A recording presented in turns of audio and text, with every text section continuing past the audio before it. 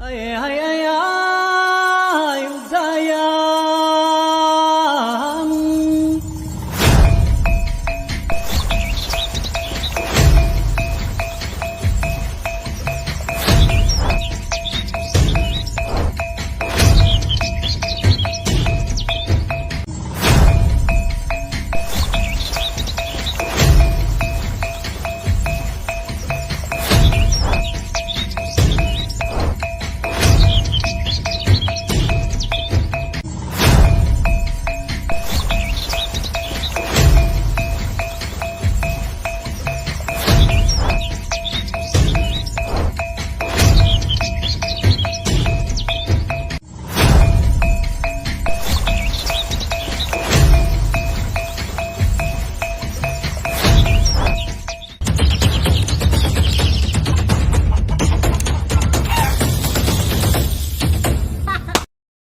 The origin of the name Buhi. There are so many myths, stories about the origin of Buhi, but I think if you wanted to know, based on historical sources, I think you have to look at the work of Marcos de Lisboa, Vocabulario de la Lingua Bicol. And in one of the entries, it says here, what is Buhi? Poder escapar o escaburilye. Meaning to say, is the power to escape. Ang nakabuhi is one who has escaped. Escaparse de algún peligro, escaping from certain risks. That's what it means. So, around that idea came the term Buhi. The original inhabitants daw of Buhi actually came from those who have escaped from the eruption of Mayon volcano.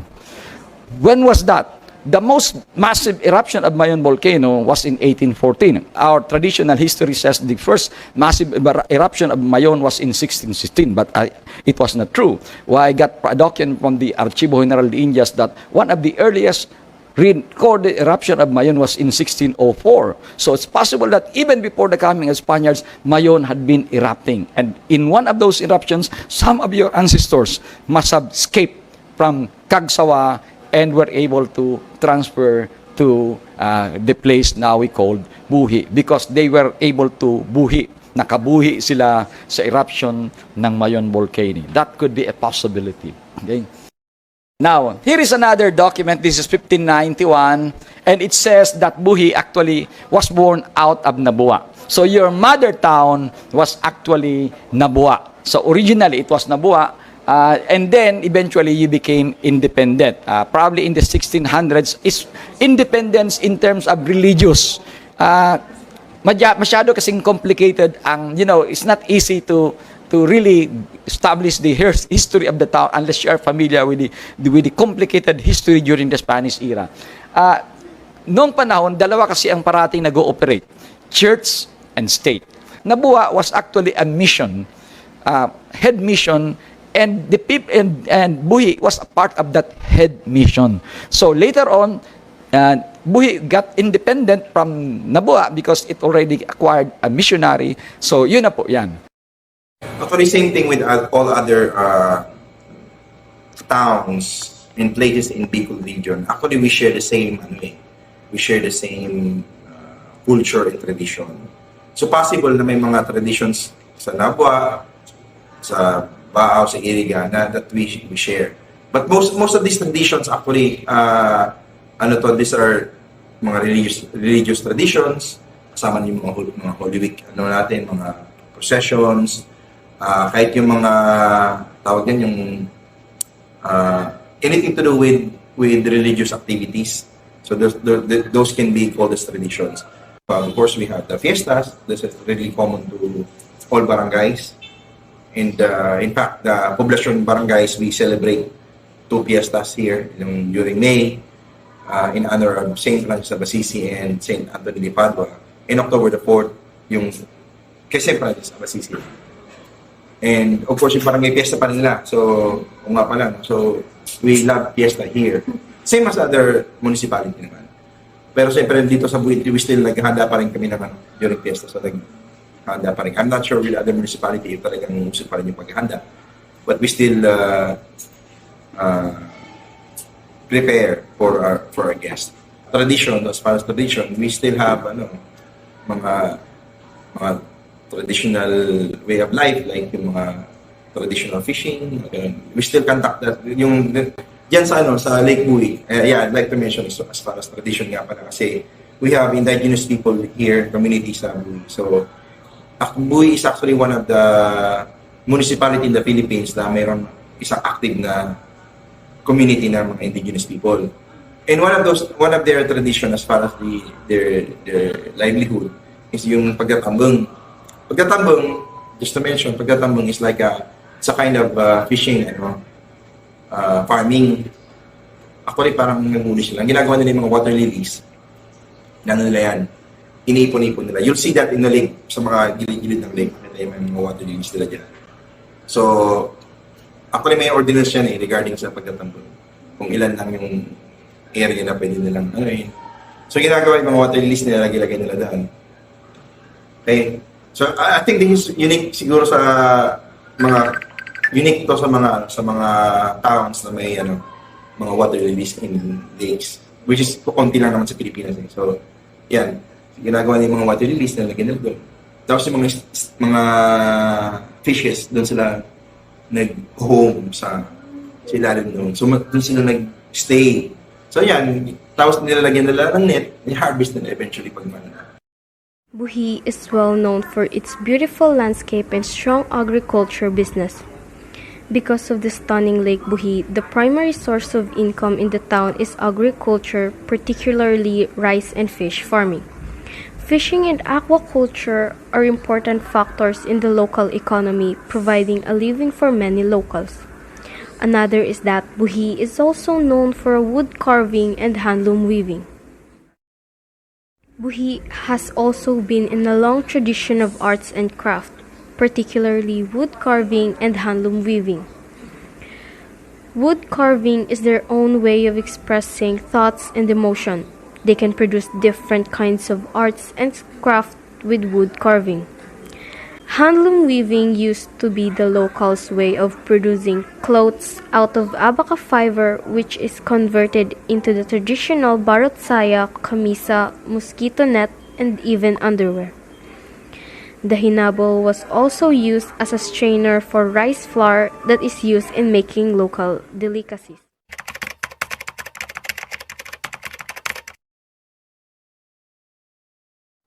Mr. Constante, edad ko 62.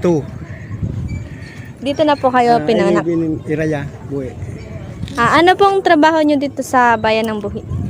Kuha ning namimili ng isda. Na ano?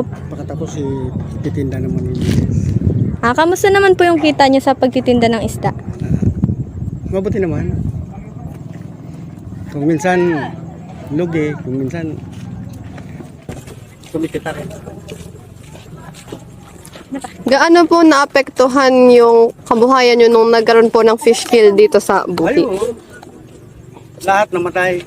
Kumikita namin. Mga fish kill.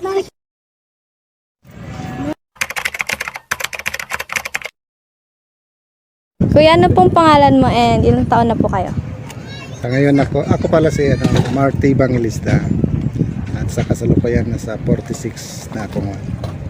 Ilang taon na po kayong tatrabaho dito sa Lake Buhi? Sa ngayon itong sa bangka 2 years pa lang ako kasi galing ako sa ibang bansa. Bali yan lang ginawa ko nung pagdating ko. Pero mayroon din kami dyan sa biscuits. Kamusta naman po yung kabuhayan nyo dito po Sa ngayon medyo may kahirapan din kasi nanguna nagkaroon ng fish killing ngayon nakarang taon kaya walang gaanong income. Kami nagpo-focus ngayon sa bangka. Everyday income nyo po kuya, magkano po yung nakukuha nyo sa paghahanap ng buhay po dito? Pagka magandang biyahe, hindi naman bumababa sa 500 pagka maganda. Pero pag may na talaga pinakamataas na 300 sa isang araw. Dito ko na po talaga pinanganak. Oo, bumuhay talaga ako. Santa Cruz. Tapos, ang dialect po dito, iba man sa ibang mga lugar. Oo, sa lahat ng buong Rinconada, ito na naiba. Buhi. Ano pong tawag sa dialect dito? Buhi na. Buhi, non-father po. Pangalan po, edad, and saan po pinanganak? Aking pangalan, Vicente Alarcio, Barangay San Pedro, Buhi Camarinesor, ipinanganak sa Monte Calvario, Buhi Camarinesor. Ang edad ko ay 50 years old, 1973, August 18. Ano po yung trabaho nyo dito po sa bayan ng Buhi? Parauma, tricycle driver, truck driver. Kami, Kamusta naman po yung pamumuhay nyo bilang sa pagtatrabaho na yun? sakto lang. Hindi pare-parehas. Mahina, medyo malakas. Mga sa isang araw mga 300 ang income. Saan naman po, nabanggit nyo po yung pagsasaka. Kamusta naman po yung pamumuhay nyo bilang magsasaka? Ay, sobrang hirap sa pagsasaka. Kaya nga uminto ako, nag-tricycle na lang ako. Buhi is renowned for its wonderful and stunning Lake Buhi, a calm, freshwater lake cradled by mountains and greenery.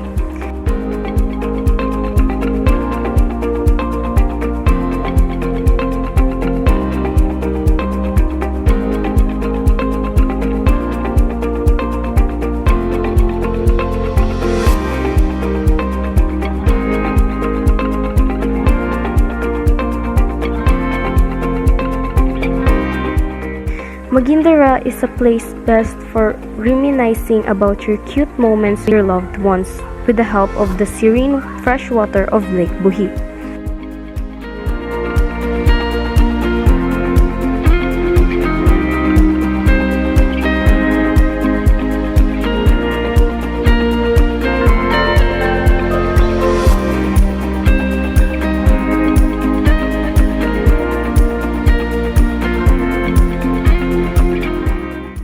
Also, these breathtaking falls you don't wanna miss out, Busay Falls and Itbog Falls. After a long time of tiring hiking, you'll be amazed by the view of these captivating falls.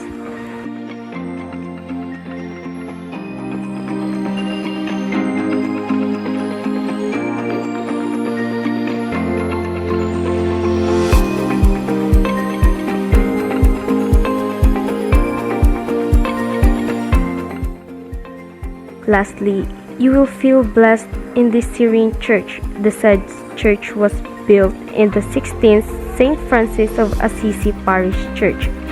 You can also find some information about the history of Buhi carved on the wall of the church.